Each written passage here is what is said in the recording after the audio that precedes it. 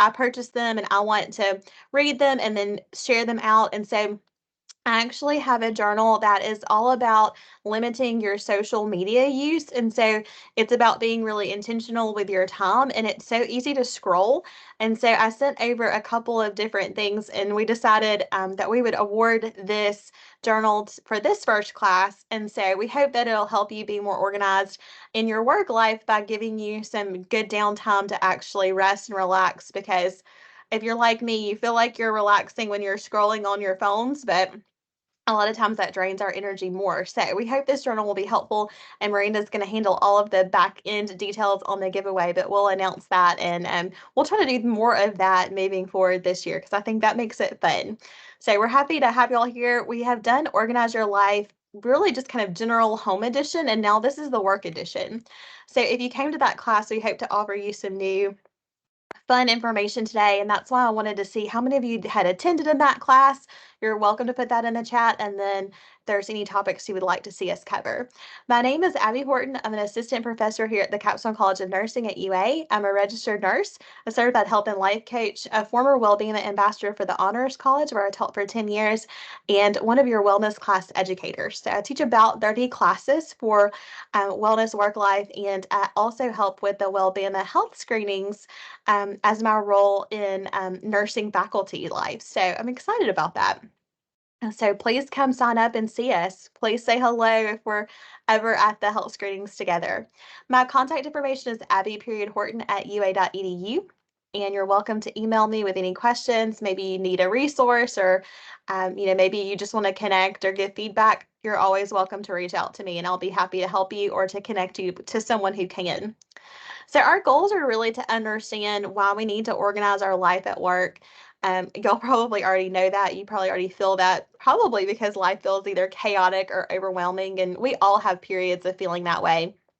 Discussing the importance of prioritization, time management, and realistic expectations, and really saying that we have priorities is a misnomer because we really can only have one priority at a time. So it's identifying our list of things that are important and then prioritizing those based on our timeline, our values, deadlines, and things like that. And then learning specific strategies to organize your life at work is important. So we're going to cover the fundamentals and take it one step at a time. So I love this graphic. It's one that I added recently because I think it's so important to remind us that sometimes what looks effortless for someone else is really just that proverbial duck on the water kicking its feet madly, but you can't see it. It looks very calm and serene on the surface, but under the water, there's this mad paddling that's going on. I think a lot of us, myself included, sometimes we spend a lot of effort trying to make things look effortless. And so, if that is something that you struggle with, or if you look around and you think, oh, why does so and so have their life so together? Why does that seem so easy for them? It may be a situation where it's really not easy for them either. It's just that they do a really nice job of making it look effortless. And that's okay. We all do that sometimes. I think we're conditioned in our culture and in our society and really rewarded for that. But I think in spaces where we feel comfortable, where we have the support and we have the relationships and connections to say, it's really not that effortless. This is kind of hard. I think that that's also really, really helpful. So I love trees and I love how trees impact our life. If you're like me, you probably spend more time on your phone and more time in an office than you do outside. That's something that I really want to be more mindful of in 2024. And so I brought in this notion of thinking about trees to this presentation because I think it really applies. So for a lot of us in mental health nursing, which is what I work in, we have this notion of having a worry tree. So when we leave our offices, it can be helpful for us to have a worry tree. We have a lot of beautiful trees on campus, so this really applies. Maybe you don't have a beautiful tree near your home, but you have beautiful trees here. And so when you leave work today, I want you to find your favorite tree, and I want you to think about all of the things that have worried or concerned you, and I want you to leave your worries, your work worries, on that tree. And then, if you choose to, if you decide that you need to pick those back up tomorrow, then pick those back up tomorrow when you come back into work and see your favorite tree. But I want y'all to think about doing that. You can even do that at home if you have a tree nearby of, really, not just compartmentalizing because that's not healthy, but I think it's setting a healthy boundary. Obviously, you're going to take work home with you sometimes, literally and figuratively. Sometimes you're going to take home with you to work. And I don't think it's realistic to pretend like we're not humans and to say, to leave home at home and work at work because that's not easy for anyone to do. That's not easy for me to do. But I think it's a good idea to have a boundary around, I want to try my best to be present where my feet are. And if my feet aren't at work, if I don't have to be thinking about that thing right now, then perhaps I can leave those worries. So it says if you're worried about something or you have an icky feeling in your tummy, this is designed for kids, but we're all just big kids. When you think about something, write down or draw your worry on the tree, talk to someone about it, set your worry free and leave it there on the worry tree. And so, anyway, as you're going through life, I really believe the adage of you learned everything you need to know in kindergarten. It's just that we need to remind ourselves that we're just big kids. We have an inner child that we sometimes need to parent. And sometimes it's telling ourselves that we're going to worry at a specific time. So for me, if I'm going through a particularly stressful time at home or work, then I will set a time at 7 or 8 o'clock at night when my kids don't need me as much in our routine, and I'll say, okay, this is going to be when I think about that thing that's worrying me. I might journal about it, I might think about it. And for me, I'm a spiritual person, so I might pray about it. Sometimes I need to vent to someone about it, so I might call a friend or I might talk to my spouse. Whatever it is I'll say, okay, 8 o'clock tonight, that's going to be the time that I think about it, discuss it, journal it, pray about it. But I'm not going to worry about it or talk about it or ruminate on it until then. And that can be really helpful. And do that, in a limited time. So 5, 10, 15 minutes, and then move on. It's kind of Coach Saban's next play mentality of you can't worry about the next play. You can't worry about the last play. You just have this, I guess in football, the 7 seconds that we have right now for this play, we have to think about that one, right? And so I think that that's quite a legacy to remember for us is that we can only worry about what we're doing right at this moment. So notice the worry. Ask yourself, what am I worrying about? Can I do something about it? A lot of times we can't do anything about the things we're worrying about. And so we just think on it over and over again. And that's called rumination. So if you can't do anything, tangibly, logistically about it, if you can't make an action plan about it, then it's best just to let that worry go. Now, if you notice that something is coming up for you repeatedly and you still don't feel like you can create an action plan, then it is time to think about talking to someone. That might be a friend or a colleague, or maybe your supervisor or a coach or a counselor or someone like that. But it is good if you keep having a reoccurring pattern of worries to kind of get that out and get that addressed. So leave your worries on the worry tree every day. Schedule a time to worry if that's helpful to you. Get outside in nature for about 21 minutes, 21, 22 minutes a day. Research has shown that if you're outside, particularly if you're outside in the sunshine, under the cover of trees. So green space means that you're out under the canopy of trees, not that you just have grass nearby. If you're out in that green space under the canopy of the trees, in the sunshine, fresh air, if you even then add to it that you maybe are walking with a friend or loved one, someone that you have a good connection with, and you're actively having a good connection with them, that is the absolute best way to approach getting, your good vitamin D synthesis, getting, some exercise in, and getting some connection in to help lower your cortisol and get some good physical activity in. So that is the best approach to stress relief and to physical exercise. So I call them walk and talks. I have a good friend that I will text and say, we're due for a walk and talk. Now, the weather has not been super cooperative, right? This last few weeks for us to do walks and talks, but I love that once this weather gets better and we have time, a lot of times I'll notice that if I'm sitting somewhere, if I go to lunch or a coffee shop or somewhere where I'm sitting, and I'm talking about things, we're always going to find things that we could be upset or worried about or complain about. But I notice that my mood is better, my conversations are better, they're happier topics when I'm out walking and talking and doing something physically active. So I would encourage y'all to reach out to someone and say, hey, let's do a walk and talk the next time the weather is agreeable. And I think that's going to be in a couple of weeks. So we don't have long to wait. So, one of the best things you can do for your health and fitness. If you learn nothing else, I hope that that inspires you. I've reached out to a few people to do a walk and talk because if I give you happy homework, then I'm going to take my same happy homework. I need to be doing the things that I'm asking you to do. And it really does improve your overall health and wellness.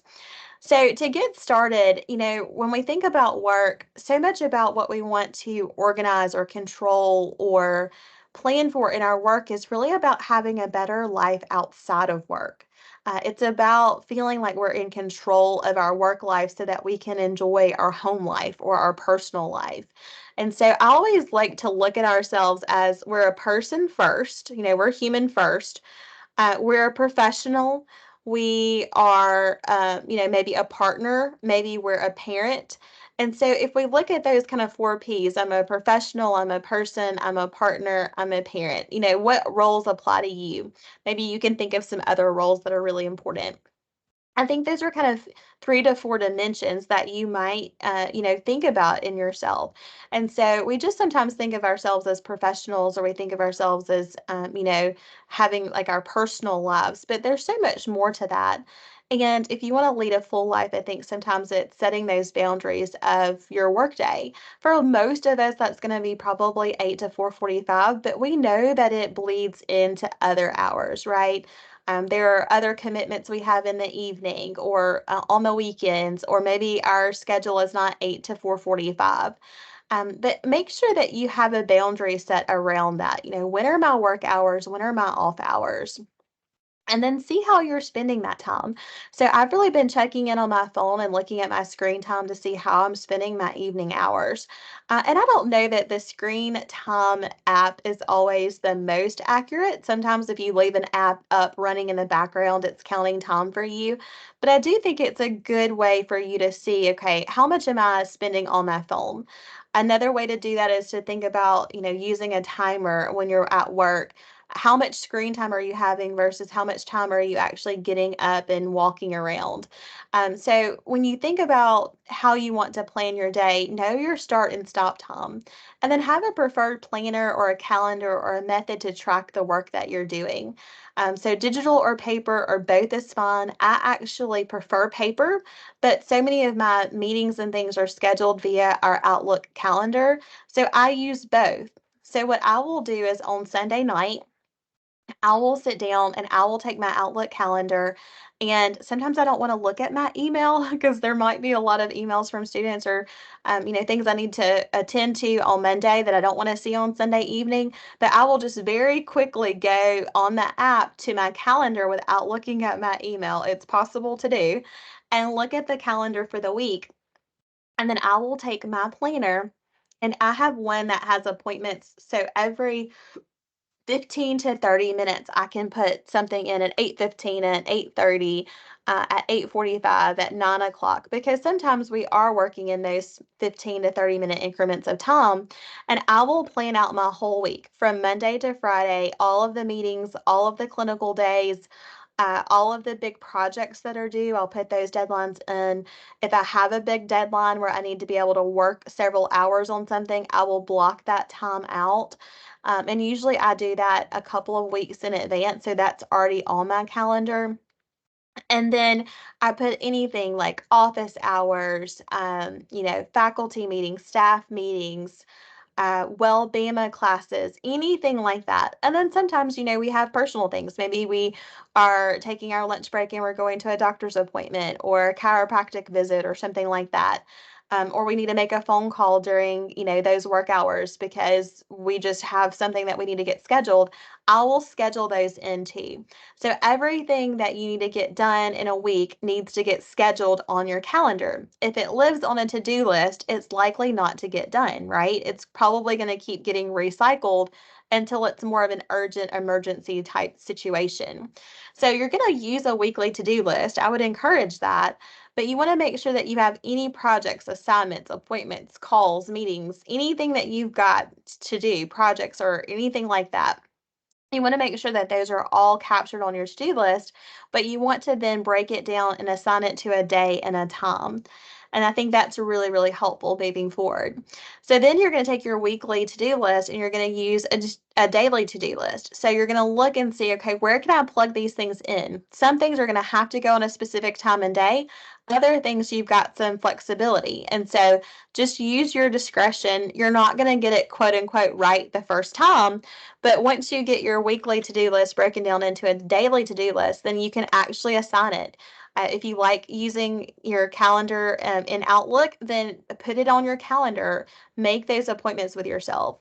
I think that's so important to have a time on Sunday night to get prepared for the week. And then on Friday, I like to close out the week by doing a reflection and looking at the week ahead, and block those times when you're planning in your calendars.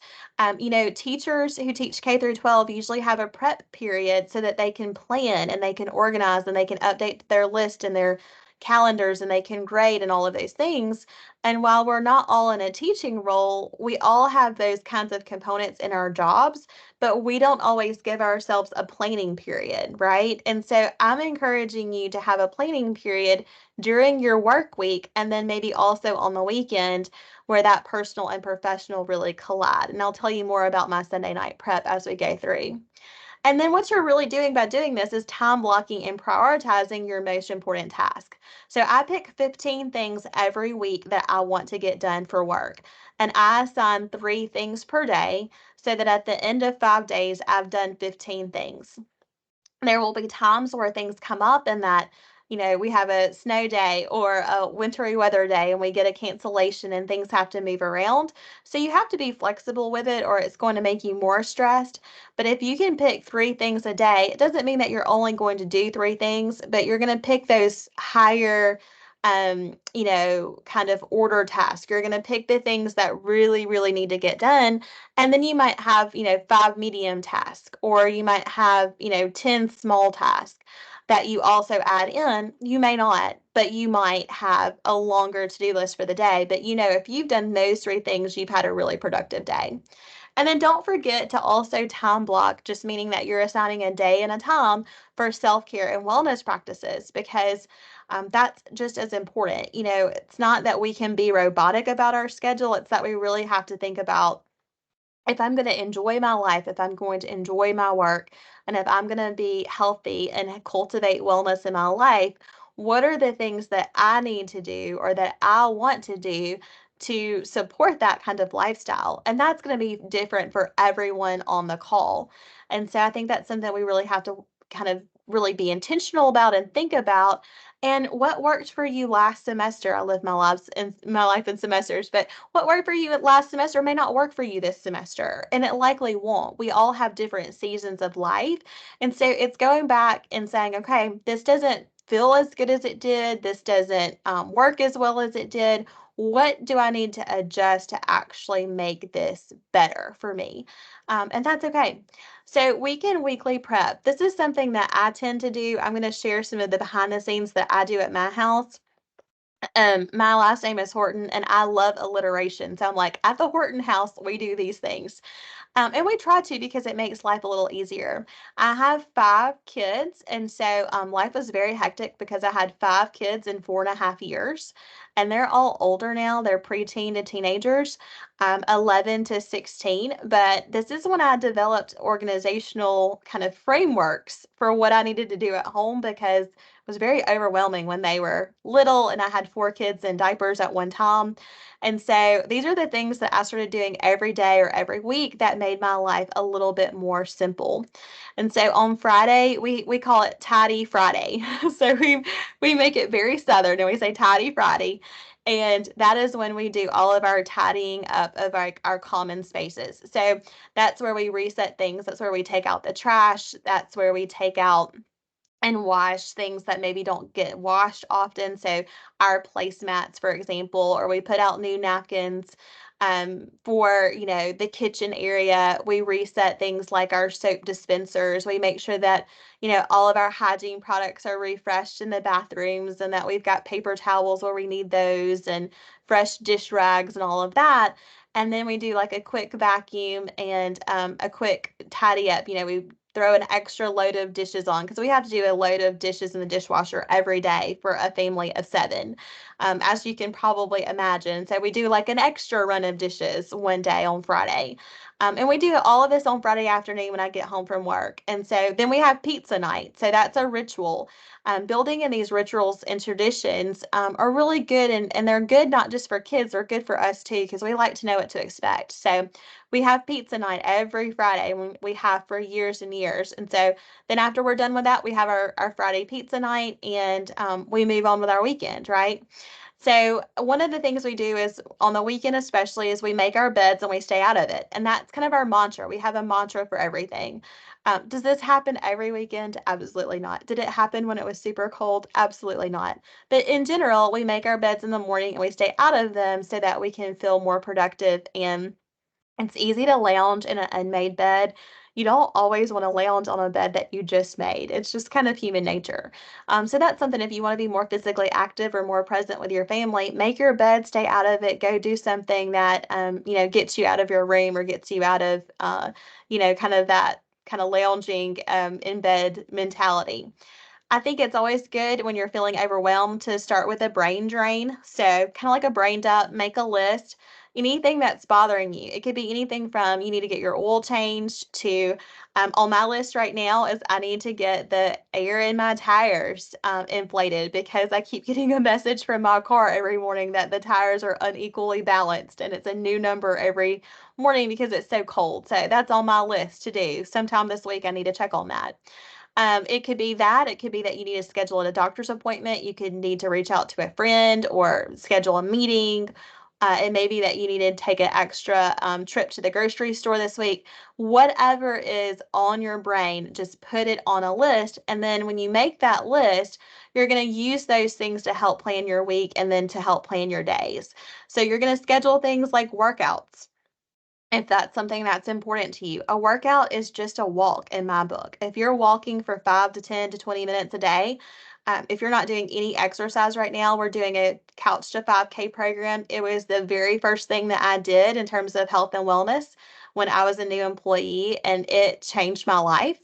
And so that is a great program. You could add that as your workout. If you're not doing any exercise at all, just walking 5 to 10 minutes after a meal is great, because it shows that then that helps keep your blood sugar regulated. So that's something that you might want to think about. Meal plan. So decide on the weekend. So on Friday or Saturday night, we will make a meal plan for the next week, and then we'll make a grocery list based off of that. And we make the meals where they can be pretty flexible. Now, pizza, I have a couple of kids that are not going to let you move pizza night, but the other meals are, we know we're going to cook these 5 or 6 things this week. And for the most part, these are going to be something you can move. Okay. So if you get home late one night and you don't feel like doing the elaborate, dinner or something like that, then you can plug in a different meal that's a little simpler. And then assign tasks and assign deadlines. So if you have something that needs to get done, it may be that you have a specific day and time that you need to do it, but if not, you need to make that. So it might be arbitrary, but just decide, okay, I need to get this done by then. The reason that you go to the dentist at a certain time is because they give you a day, a time, they give you a little card or a reminder text. There's a reward for going. You get a little bag at checkout with goodies, hopefully. And if you don't go, usually you get a call or you get a fee for not going. And so those are the kinds of things you've got to build in to build these new habits. And so if that's of interest to you, we've got a free giveaway on a James Clear book and a class on habit change that's coming up. And so those are some good resources on how to build these habits. check the weather. That's always important in Alabama. The weather changes all the time. And so we can experience, I think, all four seasons in one day. So, always have a jacket, a scarf, umbrella, all of those kinds of things either in your car or in your office so that you never feel unprepared. Feeling prepared is, I think, sometimes half the battle. And prep your wardrobe. A lot of famous people only have a uniform or a work wardrobe. Mark Zuckerberg is a famous person for having a uniform. Steve Jobs was a famous person for having a same uniform of that kind of iconic black turtleneck and jeans. And so that may not be something that you want to do, but having a work wardrobe that I say it's a lot like Garanimals, where everything is mix and match. And so I do have a lot of black and white and denim and leopard print in my closet. And so that way that if I need a work wardrobe, a outfit for something, maybe I hadn't planned on it, then I have those go-to pieces and I don't have to worry about, do I have something to wear for that? Um, Same thing with my scrubs. I keep it very minimalistic so that I know that I always have some scrub outfits that can mix and match in case, I've got to fill in for clinical or something that I hadn't prepared for. So simplifying those kinds of things and deciding in advance. Now, I like to have some variety in my life, so I don't like to be super regimented about I will eat this meal at this time on this day and I will wear this outfit. But I know that I have 5 outfits ready to go for the week, and I know that I have 5 meals that are outlined and planned for the week. And then I can decide that day, okay, which outfit is it going to be today? Or which meal is it going to be today? And that way I have some flexibility, but I'm still prepared. So add everything to your calendar, like I said, and then review your calendar and commitments for the week with yourself first, and then review it with the people that you do life with. For y'all, that might be kids, grandkids, it might be a spouse, a partner, it might be, a roommate. It could be anybody, but whoever you're doing life with regularly, review that with them so that they kind of have an idea of what you're going to be doing for the week. I think that's really helpful to staying organized and staying ahead of things that come up. Make sure you pick up your groceries. So we have a scheduled grocery pickup and we go and pick up our groceries either on Saturday or Sunday morning so that we have groceries for the weekend. So if we know that we're going to be home a lot on the weekend, then we'll pick up groceries on Friday or Saturday. If we're going to be busy and we're going to be eating out more on the weekend, then we'll get the groceries for Sunday because with 5 kids in the house, it's all often that, all the bananas are gone by Sunday morning if we got the groceries on Friday or Saturday. So we just try to plan ahead in that way. Refuel your car. So on Friday afternoon, on my way home from work, before we do our Tidy Friday, I make sure that I go and refuel the car and I get the gasoline, I get the car wash, I run it through the vacuum, I tidy up inside and take everything in from the week. And then that way, when I get in the car on Monday morning, I'm not feeling like I have to unpack everything or like I'm running out of gas or something like that. I always say to pack your bag, your purse, your wallet, your briefcase, whatever it is you're taking, and have that packed. So make sure that have a plan in place. I went to stop to get gas the other day, and the chip in my card didn't want to work. And so it was nice to know that even though that chip didn't work, it malfunctioned, then I had another card that I was able to use. So always having something as a backup is a good idea. Catch up on your laundry. I think a load a day really makes things manageable, but that's not always feasible for people.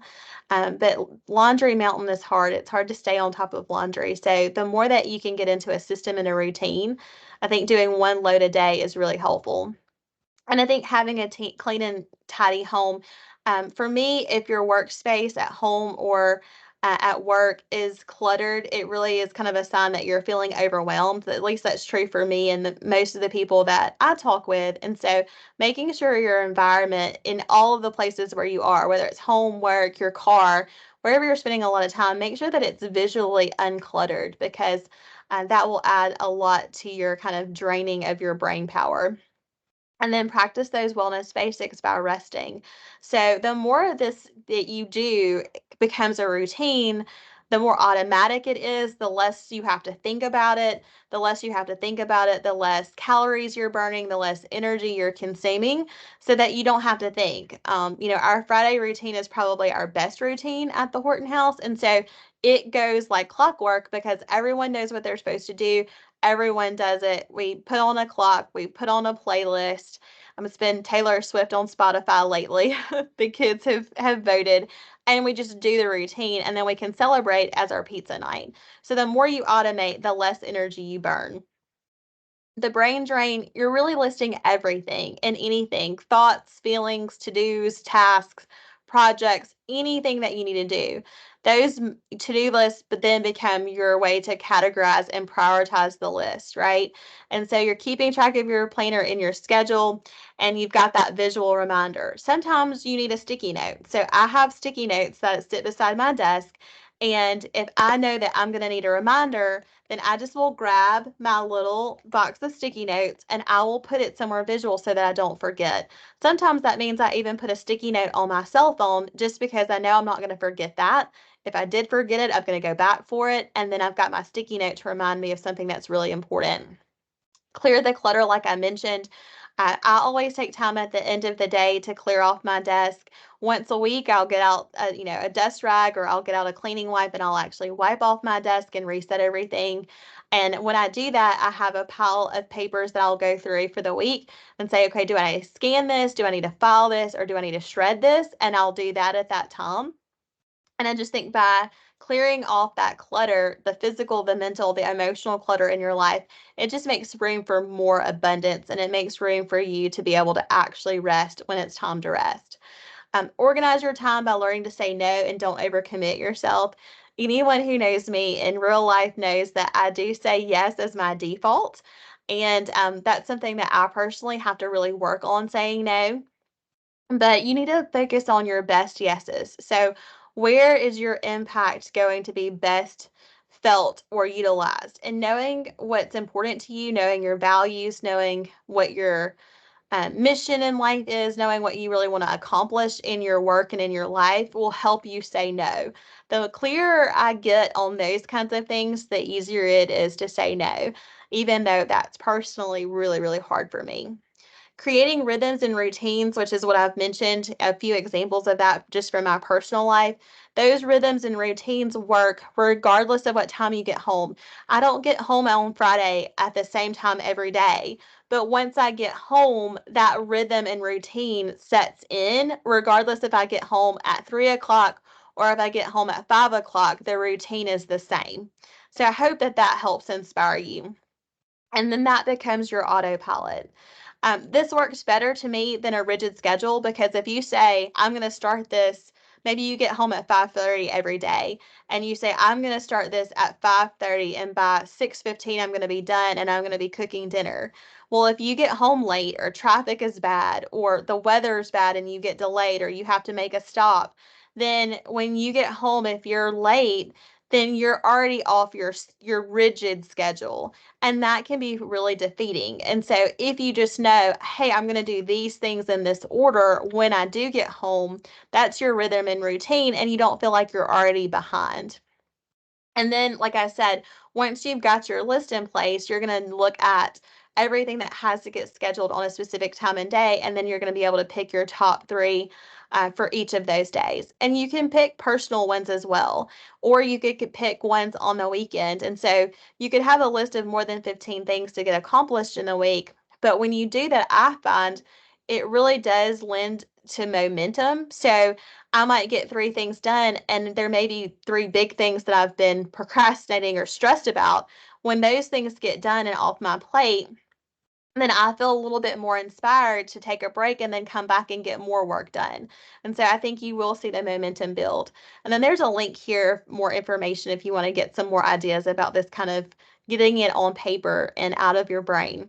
The brain likes to process information, but it doesn't always like to store information, especially if you're feeling really overwhelmed and tired or stressed. The brain is not great at retrieving information. I like to use this little notepad. It's called Noted by Post-it. You can get this on Amazon or at Target. A, a simple piece of paper, a scrap sheet of paper, A regular Post-it works just fine. I always tell people, don't let the fancy thing be the reason why you don't do something. You always want to make something as fun and as free and as cheap as possible. And that's going to be more sustainable. But if you want a product to make it fun, then this is a fun one. And what I do is I write my 3 down and I stick it on the outside of my notebook or my journal or my calendar for the day. And then I have a visual reminder. I'm a very visual person. I have a visual reminder of the top 3 things I need to get done for the day. So paper declutter. You have to decide if you're going to toss it or keep it. I always say use it or lose it. We say that in health all the time. They're usually talking about like a muscle or, an organ or something like that. But if you're not using it, you really do need to think about, do you even need to keep it? Put baskets in trash cans where paper and trash collect. I think that's really important. Check your mailbox. I don't know what your mailbox situation looks like. You may be in a cubicle, or you may have a dedicated office with a door, and you may have a mailbox on your door or on your desk, or you may have a mail room where you go and get your mail. But one of the first things I do every morning is I greet the receptionist. I go to my office. I put my things down. I turn my lamp on.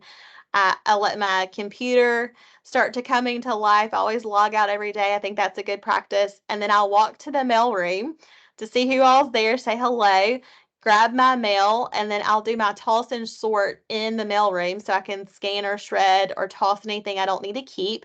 And then I only bring back what I need to my office, because if I just lay it on my desk or put it in my inbox like this, then it's going to build up a pile that I probably don't want to manage. So that's just my routine. I think that works well. You do probably want to have an inbox like this on your desk just to corral everything that you do need to come back to later. And then that's when I say take a day at the end of the week and sort through that. Save, scan, shred, file. Um, that's kind of your sorting system for paper. Create your own file system, create your own system for managing paper. You can use a binder or a file cabinet, or there's lots of other variations. If you are a visual person, I think having things out that you need to access is really helpful, rather than putting it away in a filing cabinet or a binder that you can't see. For some people who are visual, out of sight is out of mind, and so that doesn't work really well. Slow the incoming papers down. So I think unsubscribing, as much as you can, limiting those papers is really helpful. If you know that you don't want something and someone's giving you a piece of paper, maybe think about not taking it or tossing it immediately. Manage your backlog after you get control of things that are coming in. So if you're overwhelmed and your desk looks like this, paper overflowing, if you have to, then grab what you need out of that basket, but work on your system and coming up with the system that works for you, and then update that as you go through your week. And then on Friday or at the end of your week, you can work on your backlog as you develop the system that actually works for you. Manage any papers that you've kind of left in limbo. I think this is very true for email, which we'll talk about. And then you're going to do that scan and shred and toss that we talked about. And then go digital whenever you can, although that is often a difficult thing to manage as well. So, not deciding is also deciding. Not deciding is just a postponed decision that often leads to clutter and piles. So postponed decisions really then result in a lot of chaos and clutter. And that was my life when my kids were really young. I'm like, I can't decide right now because my brain was overloaded. I was truly in cognitive overload. And so I'm like, I'm going to come back to that. But when I came back to it, I had 5 more problems that I needed to address. And so there was never a good time to decide. So decluttering your paper, your notes, your old files, you may even need to make a list of what all do I need to go unclutter. And so anyway, once you start, it's kind of this, rabbit trail of finding things that you need to go through and address. And that's okay as long as you have it on your list and then put it on your calendar, you're going to get to it. A digital declutter your cell. I think this is kind of the waiting room game. I had to go for a medical appointment last week and I had an exceptionally long wait time, which was fine with me. I actually needed the break. And so I used that time to actually go through my apps and calendar and emails and messages and notes. And I have all of my notifications on my phone except for text messages and my actual phone ringing. All other notifications are turned off. I highly recommend that you do that. I looked through photos. I didn't get through all of this, but I did what I could. Text messages, I delete those at the end of every day. If not every day, at the end of the week. I have some text messages that I have pinned at the top of my phone, but otherwise I delete those every day just because I don't want those sitting in that view where I'm overwhelmed with a lot of text messages. I have people that I love that are near and dear to me that never delete any text messages, and I just can't function like that. And then voicemails. You want to make sure that you go through those pretty periodically. So, also, we don't usually shut our phones off anymore, but I think it's also good that occasionally we turn our phones all the way off, power it all the way down, and then power it back on. I think everything just works better, including ourselves, which powering off for us is making sure we're getting sleep and rest. So, there are some other tips here. I'm going to let you use this as a guide, as a checklist, but track your tech and phone usage, set limits, use Siri to help you be hands free, use your camera to document instead of taking something, maybe you just take a picture of it. Use your digital wallet. That has saved me so many times where I just grabbed my phone and I needed my ID and I had to remind myself, oh, wait, I've got my driver's license on my digital wallet. That has saved me many, many headaches. Use do not disturb, so you can set those do not disturb hours. Password managers. There's so many good things that you can use your phone for. But just make sure that you're also, not relying on it so much that you always have your phone in your hand. And for me, I do often always have my phone in my hand. So I have to be really mindful of that. Try to hide your phone if you are a visual person. Out of sight and out of mind is really helpful. So I've been texting my family on Sunday and telling them, like, for most of the day, once I get up and make sure the world is okay and doesn't need me, here's how you can reach me if you need me. But I'm going to be shutting my phone off for most of the day. And then I go put it in a different room so that I don't see it to pick it up, just so that I can be more present.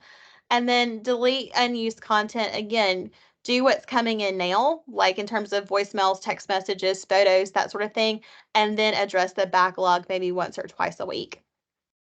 Otherwise, it gets really unwieldy and overwhelming.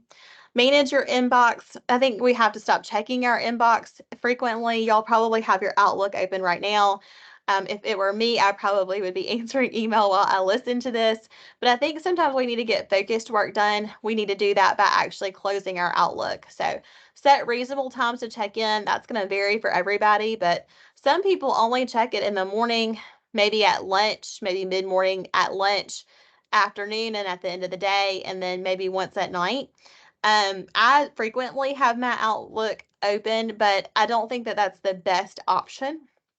So make sure that you're actually working based off of your priorities and your calendar and not the emails that are coming in. So set a time in your calendar to manage your emails, and that will be really helpful. I also think it might sometimes be counterintuitive and counterproductive to answer things on your phone, although I do that a lot. I have the Outlook app on my phone. Sometimes I think that causes more glitches and more, did I respond to that? And more multitasking than really our brains can sort through. So consider that you may want to stop doing that as much. I'm definitely working on that. And then make sure that you're sorting your emails as they come in. Respond to what you can respond to. If it takes 2 minutes or less, go ahead and do it. And then put the rest in organized folders. And then I really have enjoyed using the snooze feature. Maybe a snooze would be something like, I need this email for next week, but I don't want it getting lost in my inbox or lost in a folder. So I'm going to hit snooze. I'm going to time it to come in on the day that I need it. And then that it'll come back to me. Usually I'll have it set for 8 o'clock on that day that I need the email.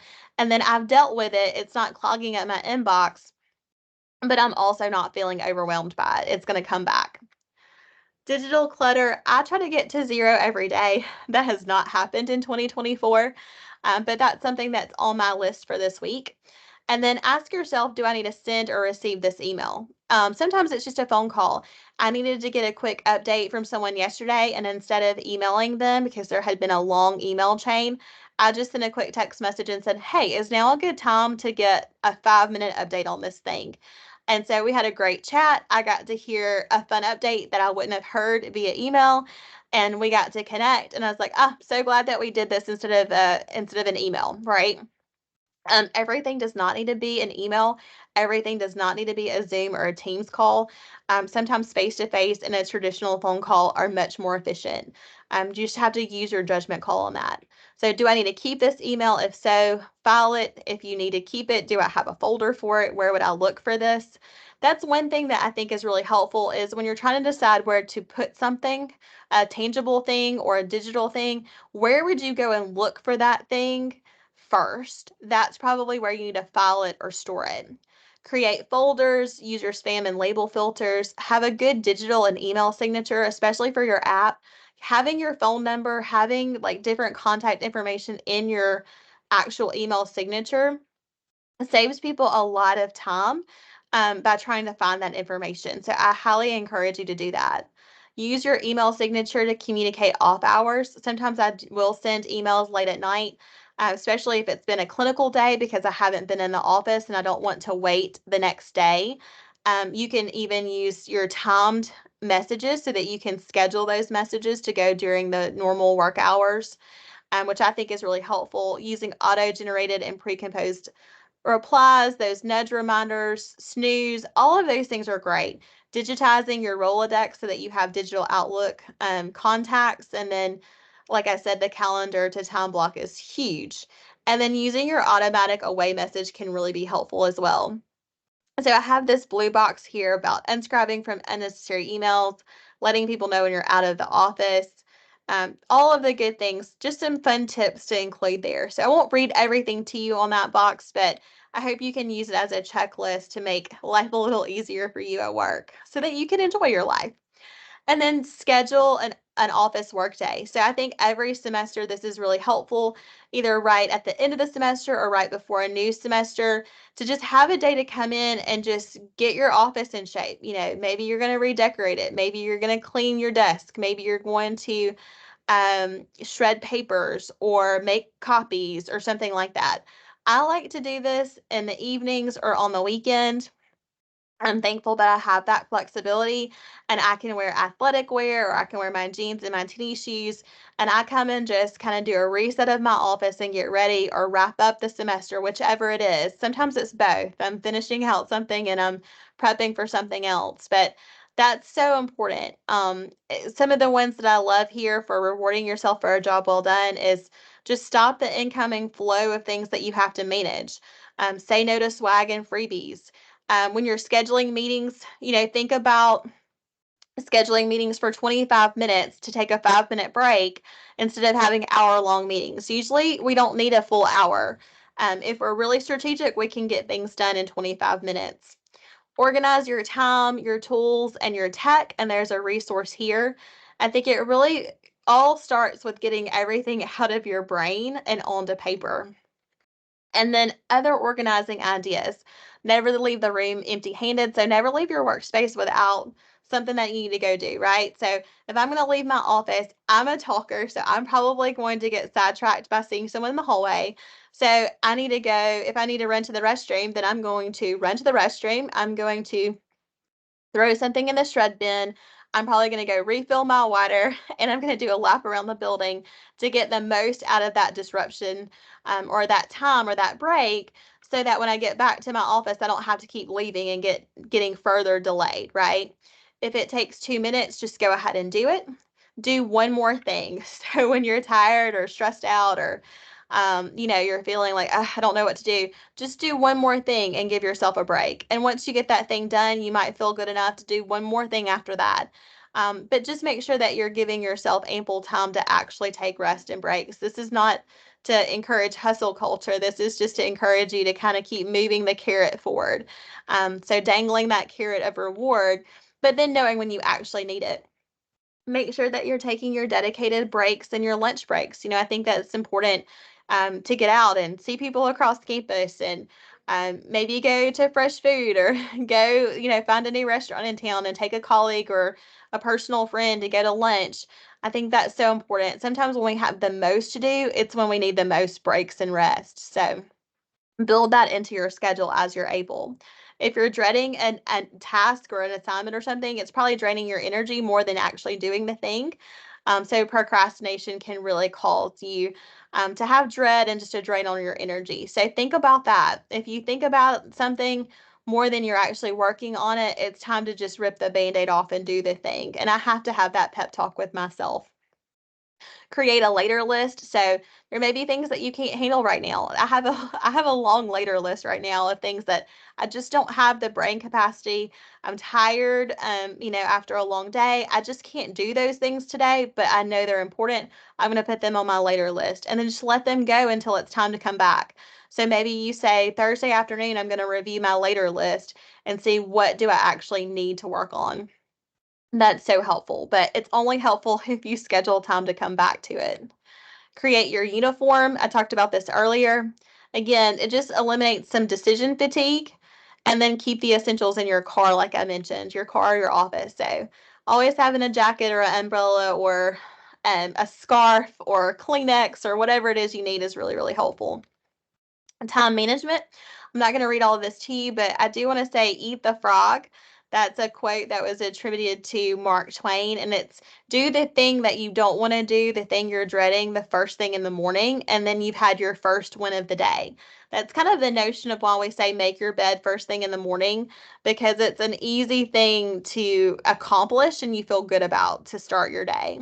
So these are some other things that I think are helpful. Again, knowing the value of your time and calculating that. If you know what you make as your salary, you can see how much time that is versus how much you make, and you can come up with $10 an hour, $15 an hour. We don't always do that in our roles here as faculty and staff, but knowing, is this worth my time? Am I spending more time on this thing than what I make? That might be something you want to delegate. That might be something you want to say no to. Consider the impact of the yeses and the nos. That's one way to do it. Keep your list manageable. So sometimes you may just need to delete some things off your list. I like to keep an annual or master perpetual calendar so that I know that there are certain things that come up in August that only happen in August. And so I have that on my perpetual master calendar list so that when I get to August, I don't forget and I don't get surprised with, oh, I forgot this thing that only comes around once a year. So I hope that this is a helpful little checklist for you. Again, managing your time is as important as managing your energy. Sometimes it's more about managing your energy because you've got to listen to your body. What does it need? Taking breaks throughout the day is important. Getting up and walking every hour is important. Limiting your meetings, going outside, taking your lunch break, working when you have your highest energy, which for me, unfortunately, is usually at night. And so, sometimes it's how do I make that work for me? Um, Create focused work times in your calendar, build in time for rest and recovery. So if you've got big projects, don't stack big projects on top of each other if you can. I say to treat yourself like a professional athlete. You have to train and you have to give yourself time for rest and recovery. You can't just go, go, go. Set healthy boundaries with yourself at home and at work. I like to use this brown noise Spotify playlist while I'm in the office because, especially on Mondays, it's very, very noisy near me. And if I hear people talking or laughing or having a good time, I want to be a part of it too. So I have to block out some of that with this playlist, and it works really great. You also can get noise canceling headphones or loop earplugs, which I've made a list here. And then I included this picture of this gentleman because he appears to be reading or working, but I love that he's taken a moment to have some tea or coffee and enjoy the break, and he's smiling. I think we need to have more room in our lives for that, at home and at work. At the end of the workday, leave 5, 10, 15 minutes to finish things up. Like, what's your list for tomorrow? What's your top three? Wipe off your desk, pile up your papers. So I say leave breadcrumbs at the end of the day so that when you go back to work, when you come back in the office tomorrow on Wednesday, you've got breadcrumbs, a breadcrumb trail of where you need to pick up. So you're not having to figure it out.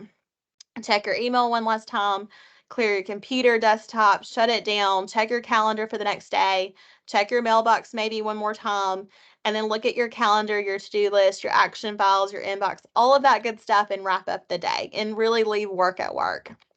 And then here are some resources for us. I'm going to just quickly show you, focus on what you can control and forget the rest. Take what resonates with you today. Try it, see if you like it. Crowdsource, ask your friends, hey, what did you think about this thing? Have you tried that? Or what apps do you like for this? So here's what's called Penguin. It's by Chris Croft, and it's all about, really managing your work life and about always having a plan B, going the extra mile, networking, general things that you need to know, being up to date or current, knowing your, I think it's called Agigi or Aga. I don't know how to pronounce this, but it's about your purpose. It's a Japanese concept. So I apologize. That is not how you say it, but I think it's Agagi. Um, but then having something new, having something to grow and learn from, plan how you will continue to grow and learn. And I think that's very, very important. So have weekly check-ins. I like to do these questions at the end of the week. Where have I been off balance this week? What do I need to do to feel more balanced? So these are some questions you can use, and y'all will have this PowerPoint. Have a committee of no people you can say, hey, do you think this is a good opportunity for me? And you can ask yourself this too. Does this align with what I'm doing? My goals, my values, etc. Sunday prep, this is a checklist that I use. You're welcome to use it, make it your own. Some other things to keep you organized, some lists that you might want to make. A yearly checklist. So this is actually a yearly checklist that I do in December with my family, and this is my actual checklist I'm sharing with you. The Pomodoro technique.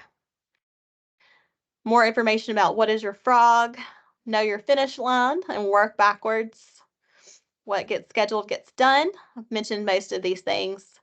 Batch tasks together. So do all your emails, all your phone calls, all of your scheduling at one time, like with like. And then some recommended reading. I really love Joy at Work, and I'm almost done with A Slight Edge, and it is a game-changing book. And Effortless is highly recommended, but I have not gotten to it yet. Some recommended archived webinars, and then just a few more resources there. So thank you so much. I hope you follow us on our social media channels. And I am going to go out and see if I can find the chat to move over. I know we're at time, but I'm happy to stay and answer your questions. And I'm going to do that wheel really fast if y'all want to hang around for that. I thought it would be fun to have the wheel if I can find it. Yeah, absolutely. Let's and see. Y'all, I was so terrified that after a 4 a.m. alarm and putting this PowerPoint together that we wouldn't have enough resources. And it looks like I had too many, but I hope it's helpful for y'all. And I'm going to drop those slides in the chat in just a moment. When I did that, it locked me out of Teams for some reason. So I'm about to drop that in the chat in just a second. But our winner for our Turn Your Phone Off journal is going to be Melissa Jordan. So I will get that sent out in Campus Mail. Awesome. Congratulations, Melissa. And thanks everyone for being here. And Claire, let's get this one more thing done before we sleep. Back. Here we go. Yeah, I love all the things that y'all are putting in the chat. Vicky says it stresses her out to open emails at the end of the day. Yes, I know that can definitely stress you out. You have to know yourself and definitely consider. Oh, yes, and password manager is a great one. Wonder what the best way to go about email. Hopefully you got some ideas. I hope that you did. Calendar for your husband when he knows. Yes, and someone said that they send out invites to their spouse. I do the same thing, especially for kids' appointments. Any list is good for grocery shopping. Yeah. I like Google Keep as my favorite app for to-do lists, but that's definitely individual specific. You had a friend for that. Oh, for walk and talks, maybe, Jay. Yeah, maybe this will encourage y'all to go find a new friend, a new accountability partner. Rhonda, you're always so sweet. Thank you so much for the kind words. Krista, thanks. I'm so glad this was your first class. I hope you enjoyed it.